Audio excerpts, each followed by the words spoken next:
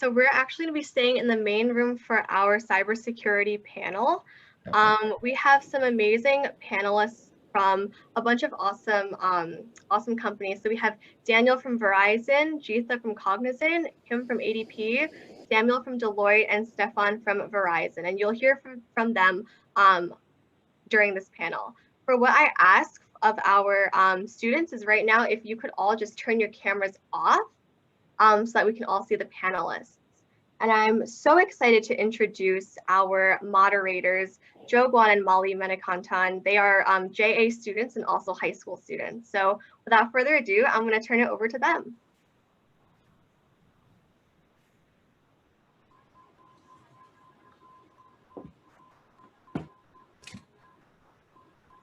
Could we ask that everyone except for the volunteers turn their cameras off, please?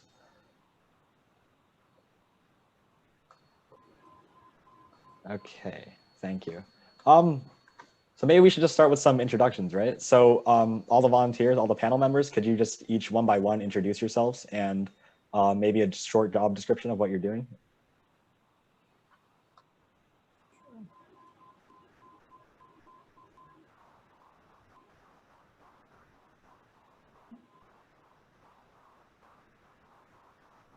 I guess I could go first. Oh, okay, thank you.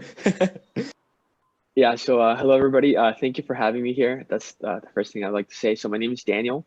I work at Verizon. I've been here for about 6 months. So I just graduated college. That was it just seems like yesterday I was in high school and now I'm working. But currently I just finished my first role in doing cloud security, and I am moving into penetration testing, which is really exciting. And I'm really excited about. So yeah, that's just a little bit about me. On to the next person. I'll go next. My name is Stefan Lishner. I also work at Verizon at the headquarters in Basking Ridge, New Jersey. I've worked at Verizon as a data scientist for 5 years now. My undergrad was in electrical and computer engineering from North Carolina State University, and I'm glad to be here. Hi, I can go next. I'm Kim Albarella. I work for ADP in Roseland, New Jersey. I work in our cybersecurity division where I run a team that focuses on risk and client security assurance, as well as security awareness and training. And this is my second time talking to this group. I see a lot of familiar faces. Joe, I remember you from last year. So thank you for having me back, and I'm excited to be here.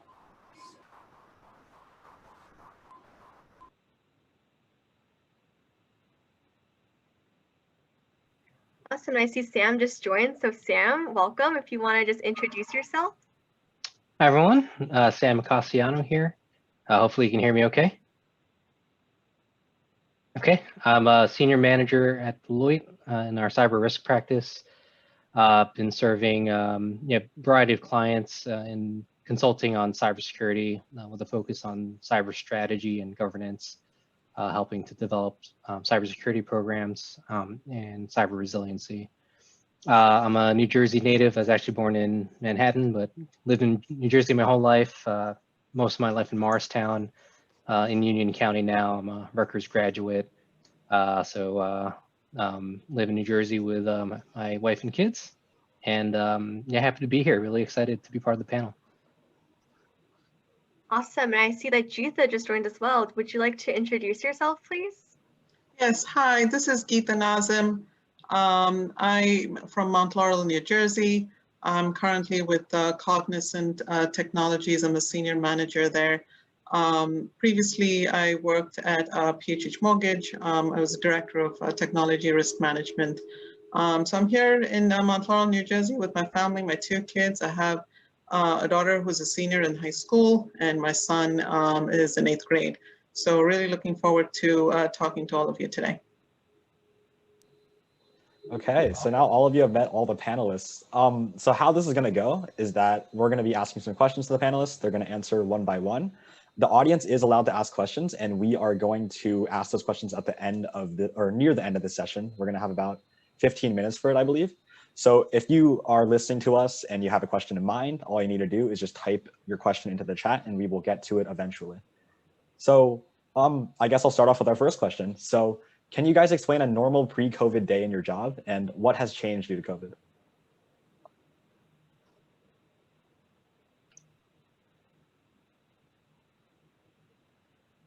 Oh, I'm happy to go first. Joe, thanks for the question. So Sam here again. Pre-COVID, and I'm coming more from the consulting side. So yeah, I was on the road often. So I serve various clients to help them with their cyber challenges. So depending on what area of expertise or area that they need help with, I'm usually on a client site supporting them, thinking through, strategizing on what that area is. I think most recently, a lot of cybersecurity supply chain related risks. So getting infected software from another organization is top of mind right now for a lot of cyber practitioners. And how do you build a program to defend against that and recover from that sort of scenario? So for me personally, on the road often, meeting with clients, engaging and just helping them to think through how to solve some of these cyber challenges.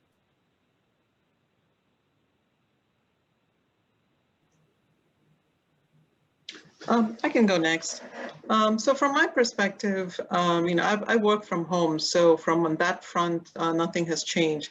But on the work side, since our organization is a global organization, we had to mobilize a lot of technology like desktops, laptops to make sure that all our associates can work from home. So we had to do this in a matter of weeks, because this is something that was unprecedented, and it was just something we were not expecting. So just to make sure that we can have all our associates working from home in a safe and secure manner, and making sure that all our clients are comfortable with the work environment that we have set up for our associates. I think that was the biggest challenge, and I think we spent a lot of weeks just trying to make sure that was done. So that was a huge change. I mean, we're talking about thousands of people, just moving them from physical office locations to their homes and making sure that they have all the technology they need. But the main thing is, making sure that, they're connecting securely and still protecting our client and customer data. So that was a big challenge. Yeah. I could go next. Pre-pandemic, I used to travel a lot. Like I mentioned, I do all of our security assurance to our clients, and I see Verizon on here, one of our big clients. So what my team does is we actually go to our clients and we help them feel comfortable about ADP's security program and what we do to protect their data, and why they should trust us. So it has a bit of a sales perspective and plus the client side. So I used to travel a lot. That's obviously stopped.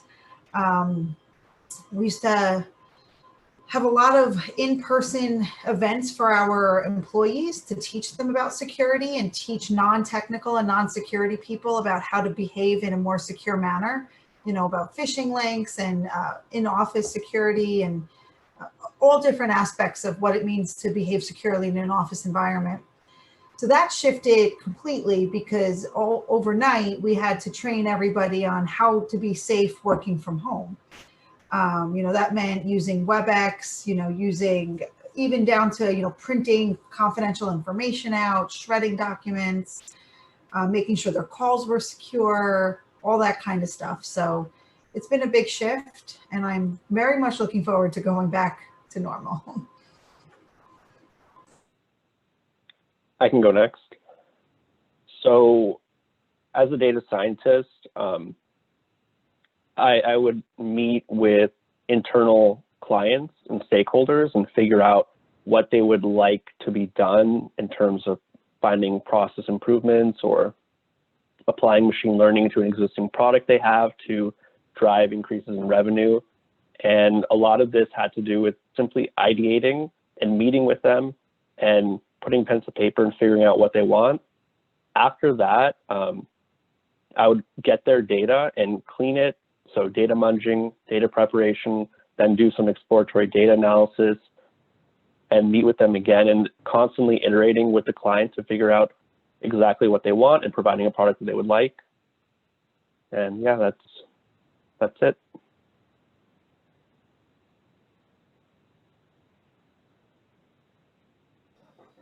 Daniel, if I you're, was, saying your yeah, response. yeah. Okay, yeah, there we go. Realized that. So for me, I actually started working during COVID, so I have no idea what it's like to go in the office and do regular stuff. I did have an internship, so I have that as perspective, but not in my full-time job. And I'm going to come out and say that I actually love working from home. And I know I don't have really the other perspective, but I don't have that. I remember in my internship, I used to have like super long commutes. I didn't have a car. I had to go to I was in a different city. I had to take the train, and working from home, it's pretty great in my opinion. You skip all that. You're not as tired when you get to work. And during my lunch hour, I know this is not security related, but I get to go to the gym and like relax and decompress and then come back and just be ready to knock out the rest of my day. So, you know, it's great. And like Sundays, you can even wear pajamas to work if you wanted to. Not that I do, because then I probably wouldn't really focus, but I am a big advocate of working from home. I think the pandemic is gonna make that shift for like companies are gonna just start employing people remotely, and being able to be stuck in a location is not like a thing anymore. You're able to, like, especially for global companies, I think you're able to escalate that job ladder quicker because now you're open to positions that are not in the location where you were before and you don't have to be moved. So yeah, that's just my 2 cents. Wow, I feel like I wasn't really expecting that much of a positive response, but I guess you have one for this. Molly, would you like to go ahead with the next question? Yeah, so our second question is, seeing that much of our work has moved online and we are even more vulnerable to cybersecurity threats, are there any tips that you have for us to protect our personal data? I can go first because that's actually what I do all day. So for a group like you guys who are obviously very used to using technology, or using online tools all the time, you're very used to this. We actually, what I do at ADP, we have people of all different generations, all different levels of ability to use technology. So probably the number one threat that we see with our younger generations is social media. And it's the posting so frequently on so many different platforms, and not realizing what's being put out there, and not realizing how easy it is to stitch a story together. We did an exercise about last year with a group of high school students and from Montclair, and before they came in, we just took some random students and we pieced together their LinkedIn profiles, their Facebook, their Instagram, their TikToks, without any access to anything. All we had was their name and their high school and the town they lived in, because we knew that. And we were able to really pretty much, make their whole personality. I mean, we knew where they lived, we knew their school, we knew their family, we knew where they were going to go to college, like just from looking at their social media profiles. So I would say for the younger generations, that's probably the number one risk, I would say. It's ironic because our chief security officer from ADP just recently left ADP and went over to be the chief security officer of TikTok.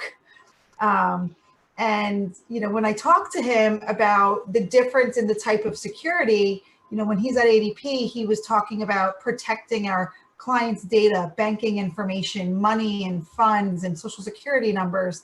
It's a totally different world now that he's over at TikTok. So he's protecting a lot of different things. So I would say, one takeaway in protecting, when working online, we've had issues with employees, taking a selfie of themselves, and we've got client data on their computer in the background, or they printed out something, threw it in their garbage can, and it just ended up someplace else. So these things really do happen. That's probably my biggest one that we've been, I could go on for days, but that's probably the biggest one.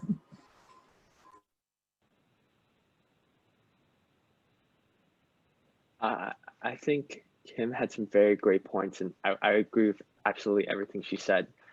One thing I would probably add is like, we all use social media and it's like part of our lives now.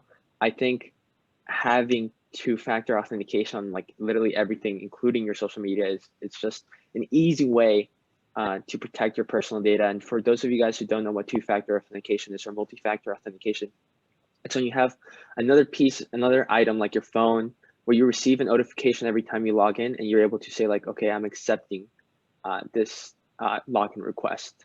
So now you're able to have two ways of saying that it is you who is accessing this like bank account or social media profile. I know it's tough because some people use social media as like even their income source. Some people are like influencers now where they use social media as like their way of revenue. So that personal data factor where your whole life's exposed. So I think multi-factor authentication is a good way to protect yourself. Yeah. I'll go next. Oh, sorry. Go ahead. Yeah, to add to that, these are all extremely good recommendations. Not just like online, but offline, the physical security aspect. Personally, for me, like any notes I take, any printouts I make that are work related, I don't throw those in the trash. I throw them into a secure storage bin to be shredded, because you never know what your competitors or outside sources could see if you just were to throw it into a normal trash bin. And then back towards the two-factor authentication, that's also really good too. And if you build an application, I would probably use something like Google Authenticator and use that so it's an app on your phone that's connected to the application you're trying to connect to. Because if you just do a simple SMS text, like that could be spoofed. So having it using Google Authenticator is also really important. And I would also recommend using a password manager. Personally, I don't know any of my own passwords. Instead, I have a single password manager that manages all my passwords, and they're all different. So like nowadays, if you were to just use a normal password, like I think most people, just to remember it, they would string together different words, and then you could get, like, you'd be done with just a dictionary attack if someone wanted to crack your password. So instead, you really need to use something crazy with like 12 to 20 alphanumeric characters with special characters. Like there's no way you can remember that for all the different things we have to log into nowadays. So I would definitely use a password manager and two-factor authentication and shred all physical documents. Yeah, and I just want to add to all of the the recommendations that have been and the advice that my fellow panelists have provided. One big important thing I would say is also to make sure you lock your computer, especially if you're working on something, or even if you're not working on anything that's important. Always make sure you lock your computer when you walk away. It's very easy for someone to just step in to see what you're doing, or just steal information. So it's always important to make sure you lock your computer. And the other thing is, because everyone is remote and there is always access issues, a lot of people fall victim to phishing emails. So you just have to be very careful of the emails that are coming to you. If it is something can look very authentic, but at the same time, you could fall prey to these phishing attacks, where they will kind of lure you to another website, or something that will probably still look like Google, but it'll be something totally different. And before you realize it, you're giving all your personal information. So you always have to be on the lookout for phishing email. And it is, if you pay very close attention to the sender of the email, you can always identify something very small. Say it'll look like it's coming from Google, but look very closely. One of the O's may be a 0, or so there will be something off in the sender's email credentials. So always make sure that before you click on a link or open an attachment, you are absolutely sure of where that email is coming from. Yep. I don't want to pile on too much, so I'll just add the good old, if you don't have the password manager, just make sure you're periodically changing your passwords. Other than that, agreed with everything all the other panelists said. the oversharing comment that Kim brought up, I think, for me personally, with some young kids, stands out a lot, right? So just be mindful that once you put it on the internet, it's out there forever. So don't lose sight of that. Thank you for all that great advice. Joe, you want to take the next question? Yeah, but before I say next question, I'm getting some direct messages from people about their questions. You should be redirecting them to Kayla instead of me. So just remember to, send it to Kayla instead of me, I guess. So next question. Why did you specifically choose to enter the field of cybersecurity above other fields of computer science? And then for Stefan, I understand that you're a data scientist. So in this case, the question would be, why did you go into the field of data science?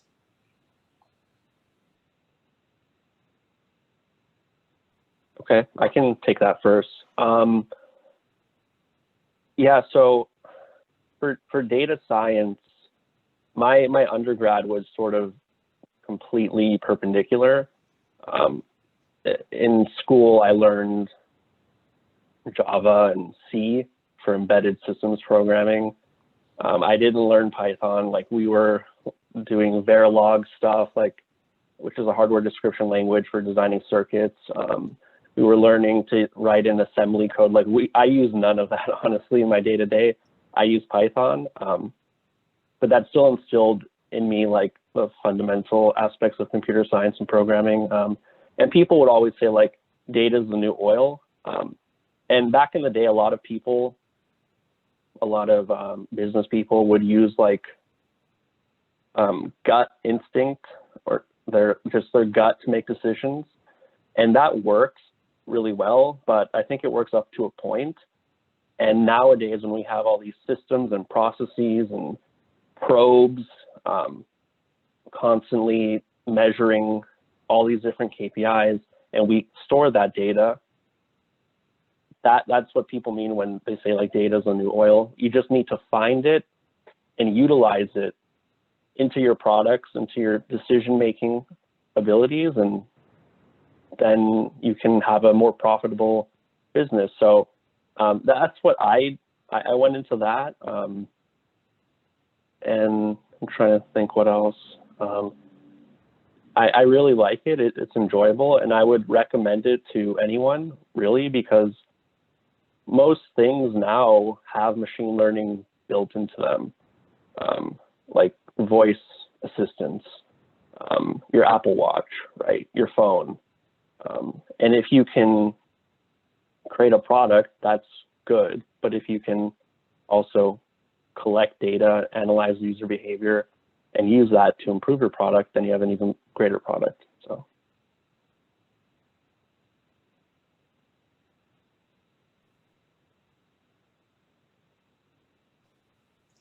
I guess I'll reiterate the question. I know I directed it somewhat towards Stefan, but I also asked about cybersecurity, not just data science. So why did you guys decide to choose cybersecurity as your field of expertise? I can go next if that's okay. So basically how I chose cybersecurity is I had no idea what I wanted to do with my undergrad, in my undergrad. And I was jumping around materials, biomedical, and eventually I landed on computer science. And in my first fundamentals computer science class, and this is kind of crazy, some crazy guy came in and he was saying how there was going to be no more software development jobs, and that cybersecurity was the future, and that it had a 300% job growth. And I thought, oh my God, I'm never going to get a job. So I started looking into cybersecurity, and I just thought it was so cool. I thought it was so awesome. The fact that there's security all the way down to literally the byte level, where you have to basically trust everybody from people who are making the chips to people who are creating the silicon on your computer, and to be able to just fathom that you can basically take over any program if you just look hard enough, and take over someone's computer if you just keep trying. I thought it was just insanely awesome. So that's what lured me to cybersecurity. It was definitely maybe it wasn't the right path or the right reason, but I just ended up there. So I could jump in. So unlike Stephen and Daniel, I'm obviously a little bit older. So Cybersecurity was not actually an option back when I was in college. It's a relatively new field. I was actually a finance major, a finance business major. And I started my career in consulting at Ernst & Young doing risk and basically like risk services. The interesting thing is that over my career, I ended up in finance and risk at other companies. Security, if you look beyond the technical side, is a very risk-driven type of function. So the work that Daniel and Stephen do every day is done because you're trying to mitigate the risk to their companies.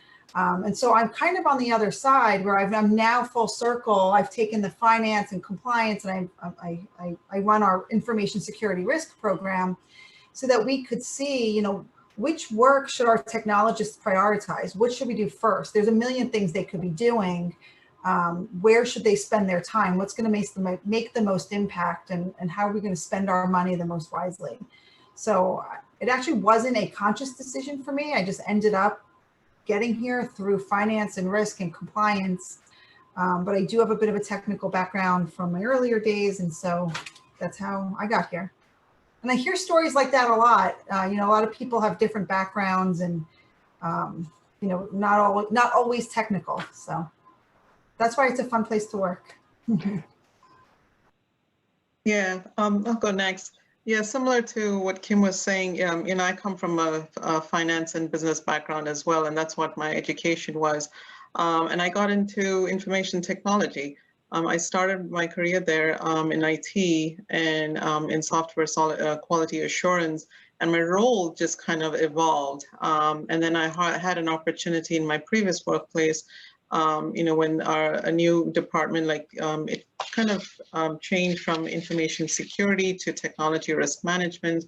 I had an opportunity to join that team, you know, going in there and kind of just leading the vendor risk management program.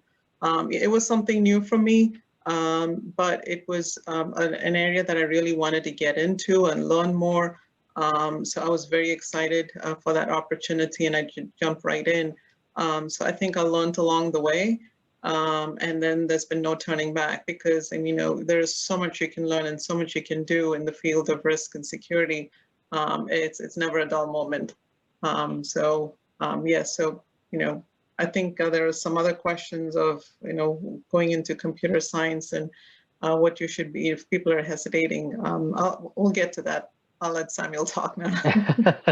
I'll jump into the bandwagon and say I had similar vein as you know, was just spoken about. I came from a finance accounting background, and I was a CPA by background for doing audit work. And then regulation came. They needed people that either were IT driven that could learn accounting, or accounting that could learn IT, because you need to be able to speak both languages. And you know, I went that route, and like you know, said before me, I never looked back. I mean, it was such a wide open field with you know, looking around, like the Sarbanes-Oxley regulation that, you know, many of those who've been working for a while are familiar with. I mean, it just created so much work, but through that work created opportunity to learn and grow. And from there, I naturally, you know, transitioned to IT security and cybersecurity, OT security.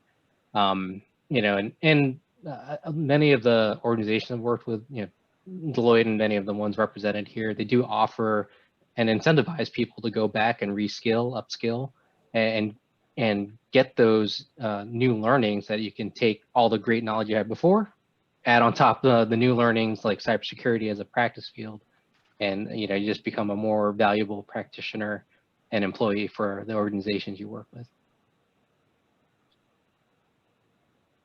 Okay, great. So before I say the next question, I just want to say, for time's sake, so that we can get through all the questions, I'm going to ask that rather than all of you answer the questions, although your answers are amazing, I'm just going to ask that a few of you answer them. So our next question is, what words of advice would you give to someone hesitating to go into the computer science industry? Okay, I'll go first, because I think I was alluding to it earlier. So one thing about computer science is, and you know, I think your opportunities are tremendous. One should not think that getting into computer science is just all about coding and development. It's not just that. There are a lot of opportunities. Some of the things you can get into is like business analysis, software quality testing, project management. It just goes on and on and on. So, but it is good to just have that base, a degree in computer science that will just, just to make sure you have those fundamentals will really be a stepping stone to whatever you may want to get into. So there are a lot of opportunities in that area. So do not, if you're hesitating, just think about it, and you can do a little more research. But you can always start off with having that base and that foundation. And then I think your opportunities will come knocking on your door because there are a lot of them.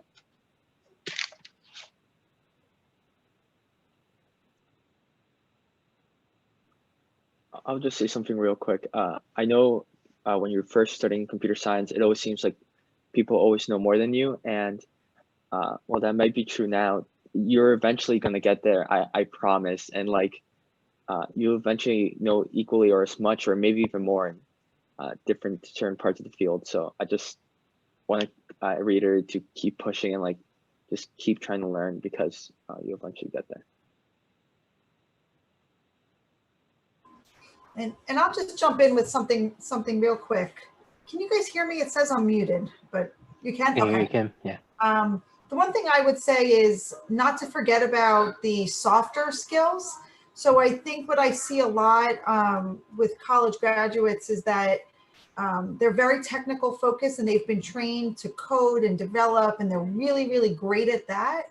And especially now that we've all been online and working from home, you start to lose that ability to, present well or speak your opinion or work well with others.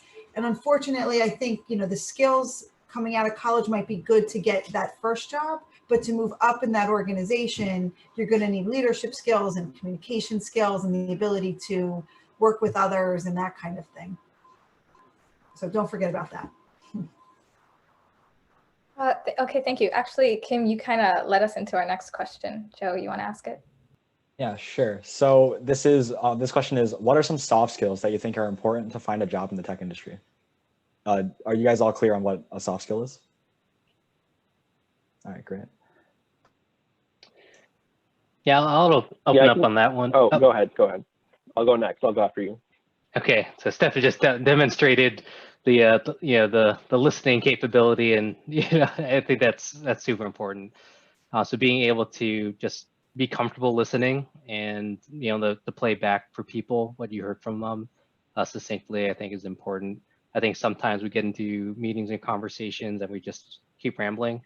So something I learned earlier in my career was be comfortable with silence, take pauses, and let people chime in when they need to. And it just opens up the conversation more rather than you're just sort of rambling and people stop paying attention to you. So to me, being able to converse in a business environment, it's very important to take breaks and hear what other people have to say. Yeah, to echo to that, I think soft skills are almost as important, if not more important, than the technical side. Because generally, when you're designing something, you can design the coolest thing ever, but if you can't sell it to other people in the business, to your team, to their managers and their managers' managers, right, then the thing might not ever see a light of day. And let's see, I think being brief is also extremely important. Brief in your speech and in your writing. So instead of writing like a 2-paragraph email, what if you spend a little bit more time and try to distill that information into sort of its like pure essential form, and maybe you can convey the same info in one sentence, right? And you can do that in an email, in documentation, on slides, even how you speak. That's very important. And what else? There was one more important thing. Oh, you should be able to convey complex concepts in as simple terms as possible, and sort of at different levels too, right? So if I'm speaking with another colleague of mine about some statistics problem, we're going to speak and use jargon and we'll understand that. But as soon as I go and talk to a stakeholder who might be in a different area of the business, who may have not had a statistics class for several years or decades, you need to sort of tune your language and when you speak with them. And that way you make everyone feel more comfortable, and this sort of generates a rapport. And if people are comfortable, then they buy in. And when they buy in, then your idea, your project, whatever, has a better chance of succeeding.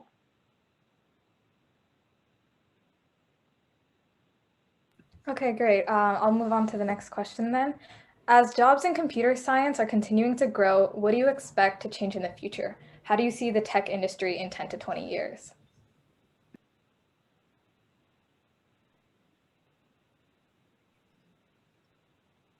I can take this one. So sort of alluding to a different response I had to an earlier question, I think ML will be almost a necessity in every single product going forward.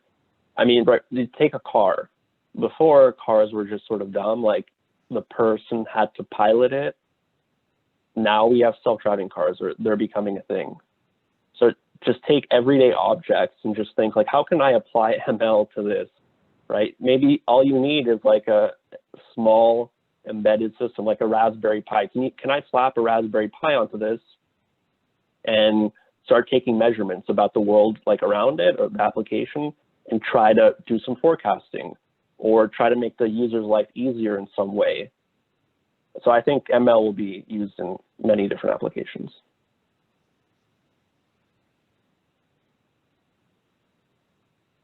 I would also chime in and say that I think jobs, non-traditional technology jobs will start opening up, or if they're not already, opening up in areas you wouldn't normally see or expect technical jobs to exist. So what I mean by that is I also run a communications team. So I have my communications team who you would typically hire somebody that knows how to write well, an English major. Now we're looking for somebody who not only knows how to write, but can write a blog and do videos and, make it more technical. Finance associates are looking at, they're doing a lot of automation and hiring pure technologists to build finance programs, HR as well. So, I don't think it's going to be a typical, just in a box technical jobs anymore. I think they're going to start bleeding into all these other areas, and those blended skills are going to be very, very important. I'll just give two quick hot takes. I think that, my job, like as a penetration tester and attacking security, like is going to be kind of more automated now in like 10 to 20 years. I think the things that I'm doing, like currently scanning, trying to figure out different attack vectors, I think that could, with enough data, like Stefan said, that could totally be automated, and that there's going to be more like a CISO level jobs in security. You're going to start seeing more like C-level people who don't just, like Kim said, don't just know how to do other things, but are also security aware, and especially with risks. So yeah, my two hot takes.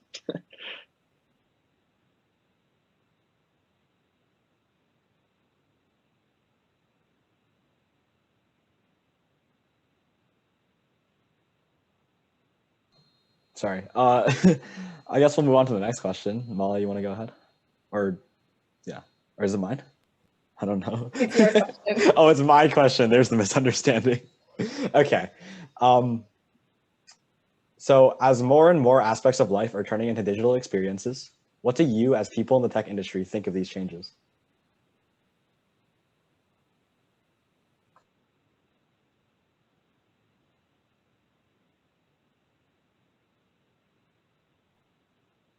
I can talk to this one. Yeah, so other people in the panel have mentioned social media and like the internet is forever and whatnot. I think social media is a good thing. It brings people together, but I I think people need to be more aware of privacy concerns and how their privacy might be compromised by giving so much, like location data, for example, right? If you're on Instagram or some other service and you take a picture, I don't even use, I don't have an Instagram account, and you tag it with like Instagram, Facebook would know where you've been. And I think the data is used in a good way, but like what if their servers were compromised and that data ended up in the hands of the wrong people, right? I think people need to be more aware of those types of things.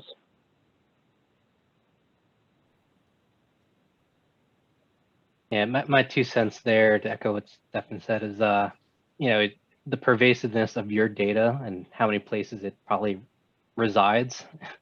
You have no way of knowing. It's everywhere. Wherever you've entered your personal information to sign up for something, you know, every company you've ever worked for, any mailing list you've signed up for. Yeah, and I think it's recognition that your data is out there. So taking the steps we talked about at the very beginning to protect yourself is important. From the things I see, you know, in day-to-day in work is there's growing privacy regulation. I think it's not going to solve the problem. It's going to create more onus on corporations to put those protocols to try and protect personnel information in place. It's not going to be perfect.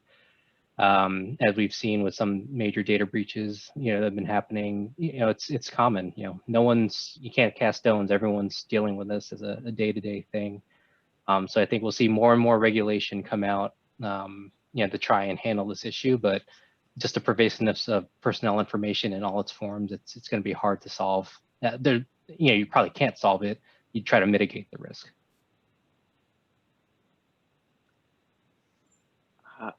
I think, you know, as tech people, we have the responsibility of creating like these, we create these like powerful systems, and I don't know if we understand the efficacy sometimes of what we actually create. And I encourage you guys as like the future like leaders of tech in the world that to take an ethics course if you ever have the time in your college career. I would say it should be even mandatory, because, you know, we just don't really understand the power of even the mathematics behind machine learning. Sometimes, like, we just have no idea what we're really creating and the influence it could have in society. And as we become dependent almost on these systems and digital experiences, it's kind of scary. But I also think it's pretty awesome. So yeah. Okay, thank you. So our next question is, what is your favorite part of your job? You all have stressful jobs, so what makes it all worth it?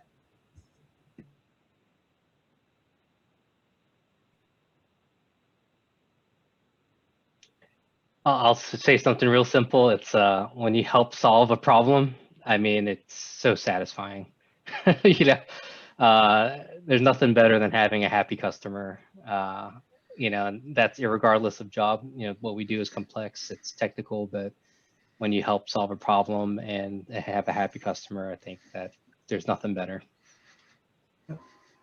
I would agree. When we get questions from, you know, we have 60,000 employees, and we get questions from them to try to help them figure out some kind of fraud issue or, you know, some kind of personal issue even, and we're able to fix it for them, or a client that, you know, suspects some kind of malware, whatever, just being able to help them and make them happy, it makes it all worthwhile.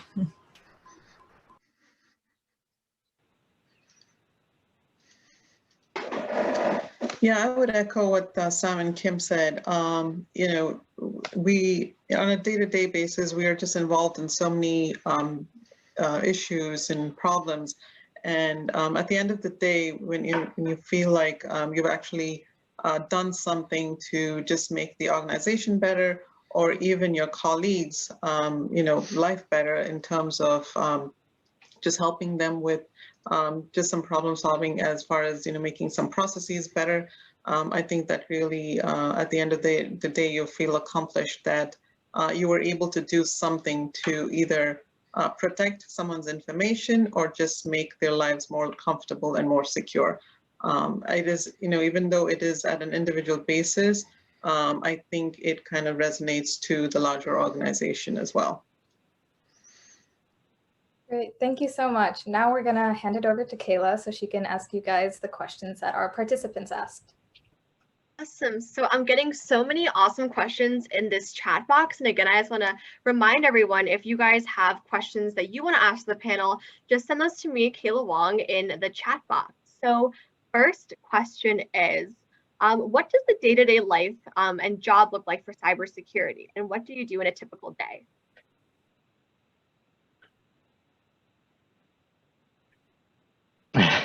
I'll jump in, and for me, it's very project driven. So, and I say a lot of it is driven by either a recent event or regulation. There's some trigger, and it might be, there's very recent events in the news around a software provider that had, malware infected in something they distributed to a lot of companies. So everyone's sort of dealing with that, and so day to day, it's you get engaged on a project to help either investigate, figure out what the problem was, and a lot of clients are asking me, like, what kind of processes should I have had in place so I could have identified this or prevented it. Sometimes wishful thinking, because you can't really prevent all these types of things, but a lot of times it is just sitting down with the clients. They have an issue that you're trying to solve, and day to day, it's you're designing a process or you're helping them select a technology to address a certain area of risk. You hear us talk about, everyone talked about risk on the panel, right? So you're trying to mitigate cybersecurity risk through process or technology, or bringing the right people in. So for me personally, it's projects that are helping implement those types of things to help mitigate cyber risk. I can go next. I don't know, did you want everyone to speak, Kayla? I don't know how you wanted to do this. Go for it, absolutely. Okay, so I'm in the Information Security and Assurance group as within the Corporate Security and Cognizant. And I am part of the financial services vertical. And so, a lot of the clients that I support are, the banks or insurance companies. And so my typical day would be, just looking at contracts and reviewing the security requirements within those contracts, and to see if it is something that our organization is comfortable agreeing to those terms and conditions. So that's one of the things. And also a lot part of our role is to actually conduct risk assessments. This is to make sure that, the controls and the security requirements that our clients are expecting us to implement, they're actually implemented and they are working effectively. And then I'm also involved in, pulling metrics in terms of, the risk assessments that have been completed, and, anything that's outstanding. And then also meet with the clients. I meet with the clients, I meet with the business teams, and it could be on several topics. It could be something new that they're looking to implement, and they want someone from security to take a look at to make sure that we're not missing anything from a security standpoint, and also steps to mitigate any risks that there may be. So yeah, and also, there are a lot of projects for process improvements. That is one big thing that all organizations have, and I'm sure everyone's part of it in some form or the other. So yep, that's my day. Awesome, thanks for sharing a bit of your day with us. So our next question I really love, and it's what is the difference between cybersecurity and programming? And do cybersecurity experts use languages like Java?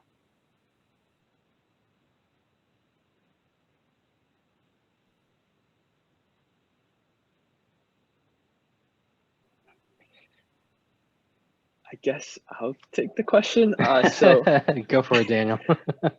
Or maybe Stefan, since you do data analytics, or you might want to take that. But in cybersecurity, basically, it's really broad. But you're basically looking. You could be looking at risk. You could be looking at compliance. You could be attacking the systems. You could be defending systems. It's really broad. But in a sense, you're protecting data. at the end of the day, you're protecting your company, you're protecting data. And that's the goal of cybersecurity, I would say. And that could be the stakeholders too of the company. Whereas in programming or software development, you're usually creating some sort of product or trying to use programming to automate some sort of function and to help the company and make it easier for them. And I don't know if anybody else wants to chime in. I just want to add to that though. So Java, even though that's a program that's used to build applications, the security that the part of the security that comes into it is to make sure that whatever coding practices you use is secure. So they're kind of intertwined, and we want to make sure that they are using secure coding practices, whatever language they're using, but that element of security must come in. And there's always training. There's various ways and how that's done on the secure coding practices, but usually it's done through training and making sure that's included as part of your programming. Oh, and just to add, I also do a little programming in my job. So just because you're in cybersecurity doesn't mean you won't program. You won't do any programming. Awesome. And that's really interesting actually, just to hear the relationship between cybersecurity and programming for sure. And our next question is, how does cyber threat intelligence apply to your jobs?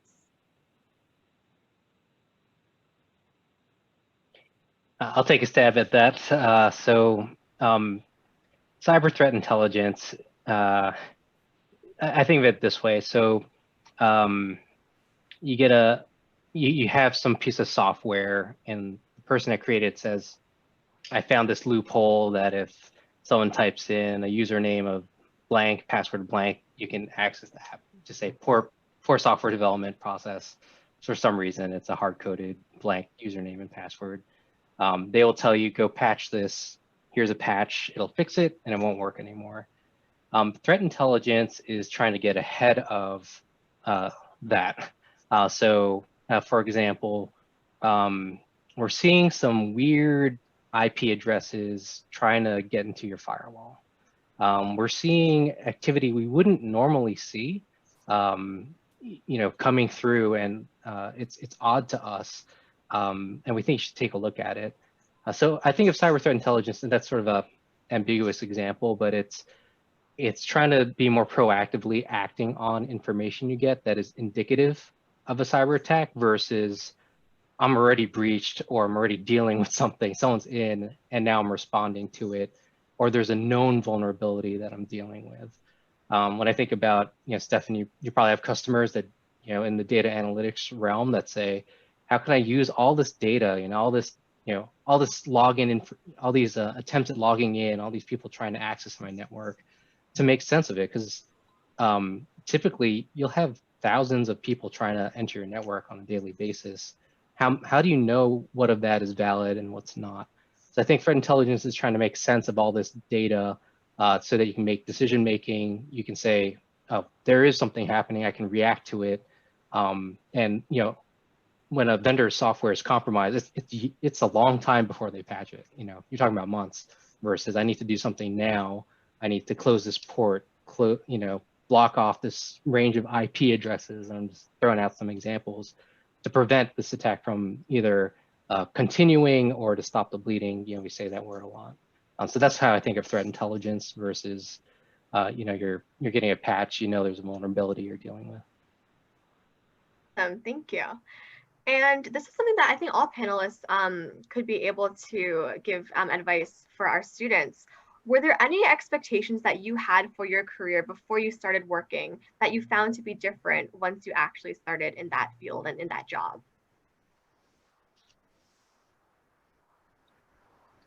So I can jump in. I would say that when I was in college, and I went to the College of New Jersey, I don't know if I mentioned, I'm from Edison, and I think, Molly, you're also from Edison. I went to JP Stevens. But what I was going to say was that I think when you're in college, there's so much focus on what's your major going to be, and make sure you're getting an internship in your major. that you come out thinking like, this is going to be my life, whatever it is you're majoring in. And as you could see from, you know, some of us on the panel that have mentioned it already, a lot of us started on the finance and business side, and look where we came, with where we ended up. So I think just keeping in mind that just because you're majoring in something and you get your first job in this field doesn't mean you're married to it for the rest of your life. You can always switch. You can, every job has relatable skills that you can use in some other job. It's just about making those decisions and you know, finding something that you like.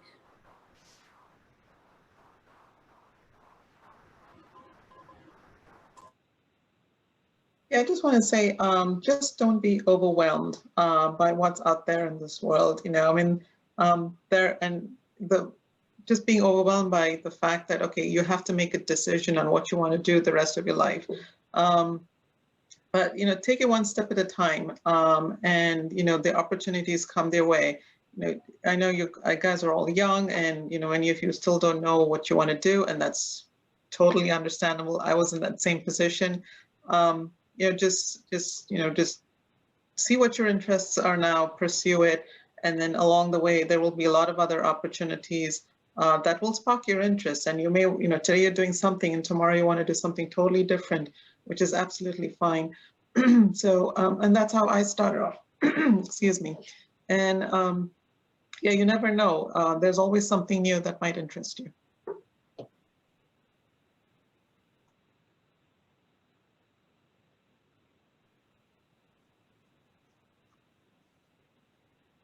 Awesome. And then as we wrap up this panel today, for the students on the line, they're so interested in getting into careers with cybersecurity or with STEM in general. Is there any advice that you could give to them for helping them start their career journey, and, you know, any ways that they can start learning now?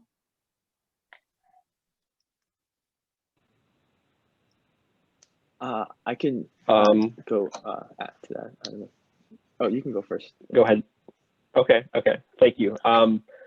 Yeah, if you're interested in data science, there's a ton of different courses on Coursera. I'd recommend the machine learning course taught by Professor Andrew Ng at Stanford. I think it was the first Coursera course ever.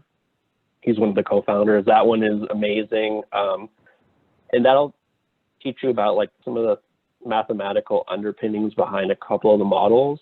And if you actually want to just go straight into it, start writing stuff in Python, you can go on Kaggle. It's like a competitive data science platform, you could call it.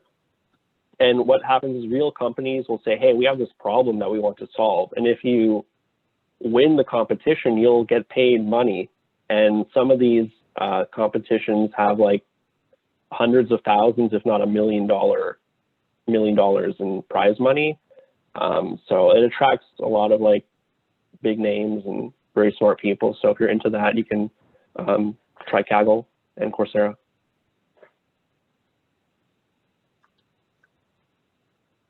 Same thing with cybersecurity. We have a ton of competitions, and I'm actually a computer engineer, and there's no real cybersecurity major like everyone else here that doesn't really exist. I would say it's not too common. So competitions are a great way to get started. For people in high school, Pico CTF is a great platform to use. And CTFs are capture the flags competitions, where you basically are given cybersecurity problem, like hacking a website, doing like crypto problems, binary exploitation, and you can perform these. And there's competitions like this literally every weekend. And that's how I was able to get really good at security really quickly, and even get a job in security just from doing competitions like this, because there's, like I said, not really that many courses out there in college, I would say. But yeah, so Pico CTF is a great way. It's even accessible to high schoolers. I think it's specifically made for people in high school. So check it out.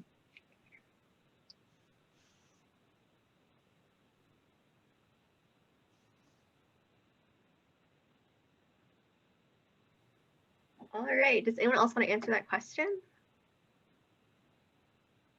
I just want to make sure I'm not overstepping. If there's any more questions left, Kayla.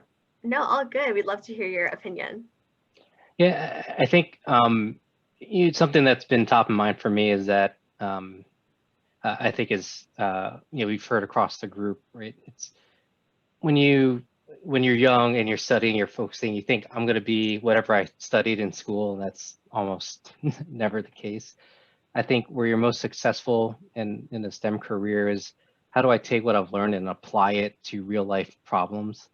So I think having that mindset and just being open to, I studied computer engineering, but how do I use that and with some of the things Stefan and Daniel mentioned around these competitions, they're trying to give you a real life scenario to solve and apply what you've learned.